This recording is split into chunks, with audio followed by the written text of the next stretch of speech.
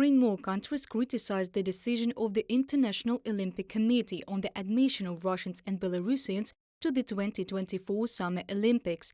Estonia, Lithuania, Latvia, Norway, Great Britain, Czech Republic, Poland spoke out against it. In recent days, Germany has also joined in criticizing the IOC.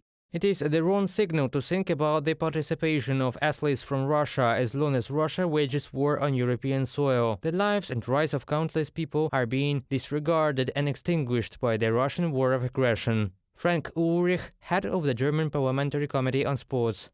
Anne Hidalgo, the mayor of Paris, where the Olympics will be held, also believes that there is no place for representatives of Russia and Belarus at the event. In total, 35 countries are already demanding that Russia be removed from the 2024 Olympics, the Lithuanian sports minister said. They are also considering a compromised solution to create a team of refugee athletes from Russia and Belarus who are dissidents.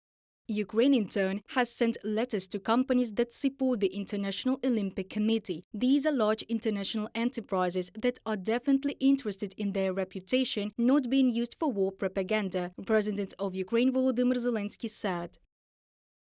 Продовжуємо також і дипломатичний марафон. We continue the diplomatic marathon in order to prevent the Kremlin from using world sports and the Olympic movement for its propaganda. Representatives of a terrorist state have no place at the Olympics and international tournaments. Ukraine has sent correspondent letters to the companies that most support the International Olympic Committee.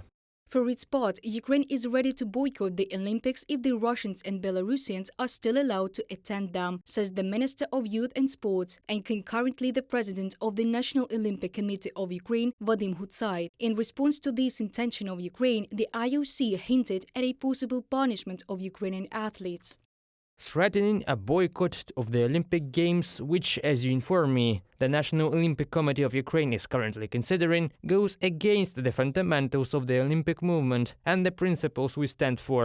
Thomas Bach, president of the International Olympic Committee, in the letter to Vadim Hutsai.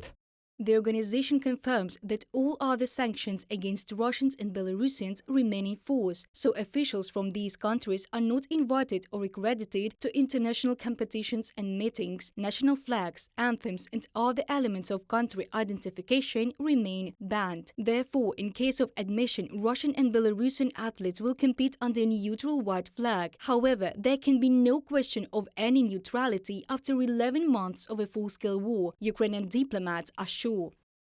To increase the resilience of our societies, we must deprive Moscow of the tools to manipulate. The 231 Ukrainian athletes and coaches killed by Russia since the start of its aggression are a stark reminder why Russian athletes have no place in the Olympics. White flags should not be used to cover up Russian crimes. Russians need white flags for only one thing: for capitulation in Ukraine. Yevhen Tsimbalyuk, permanent representative of Ukraine to international organizations in Vienna, during the meeting of the OSCE Permanent Council.